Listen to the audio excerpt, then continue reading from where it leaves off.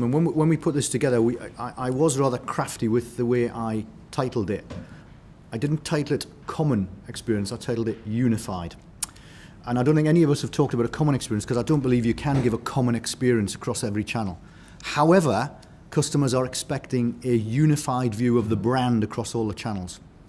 So they will expect a view of your brand performance that is consistent across the channels. They don't expect a common experience because you cannot give a common experience across every channel. It's impossible, you can't manage that.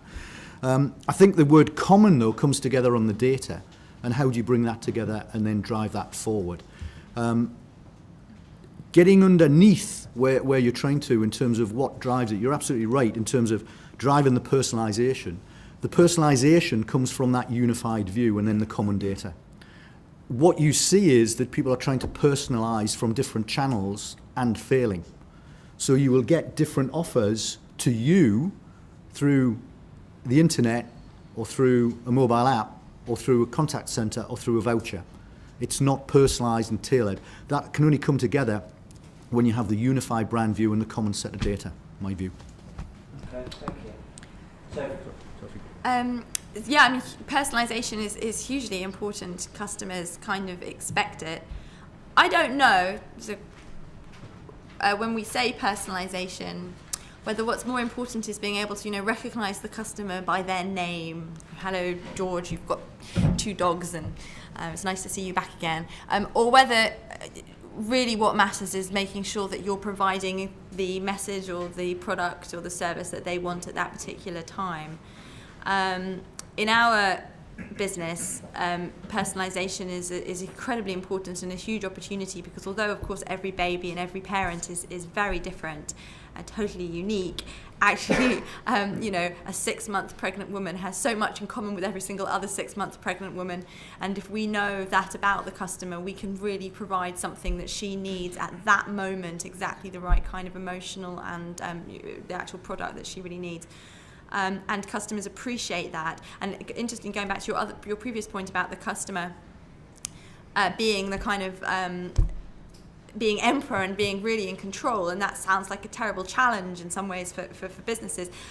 The positive things, of course, customers still do really want the information. They want to, they want the goods and services that businesses are providing. I mean, certainly in our case, if we provide somebody with the right pushchair at the right moment in that journey from being a mum to be to having a 6-year-old, that's of great value to that customer, and they're using those channels because they're asking you to help them find the thing they need at that moment. And so if we get the information, we can speed up that process and make the customer even happier. I'll add a very brief point. I think personalisation is the next big frontier. I think there are some organisations that do it very well, although it's a perception about personalisation. So Amazon is a good example of recommendations and co-creation of readership lists and blogs, etc., etc. It's a nice example of an organisation that looks like it knows you. We would all recognise that that's a digital interpretation of knows you, but actually, as the recipient of it, it still feels pretty good.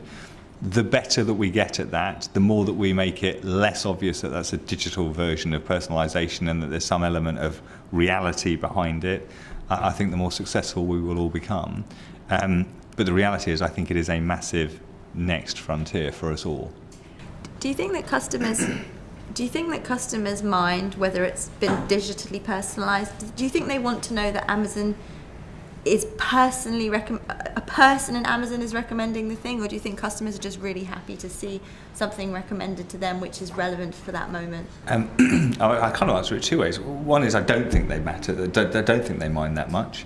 I think what makes it even more personal is where they then reference other customers. So they go, yes, and actually amongst the readership it looks like this, and therefore you're...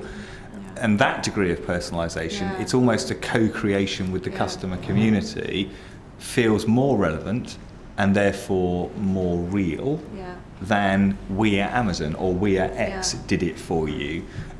So, be it co-creation for future product design or co-creation because they've, identified in the data that customers that look like you did X and therefore there is a massive opportunity and a big learning curve, both a technological learning curve and also a psychological one in terms of what personalisation actually is or could be. Alright, do you want to add anything to that? No. Just a more general observation. Where we've tried on the customer segmentation is personalise it for that group of passengers. The reality for our business is we have 45 minutes of waiting time in the lounge, which is the golden 45 minutes. If you have less than that, you're running for the gate as quick as you can. More than 45 minutes, I understand, is you're delayed, you want to burn the airport down, so you ain't going to buy a bottle of scotch from us. So what we've tried to do on a segment basis is be able to address it. Those products that should be of interest to you. So again, if you're Chinese, Chenhua is the big cigarette brand. So we now begin to stock that. From a pricing comparison, and maybe to the earlier point, the price relevance. So our competitors are not now necessarily UK high street.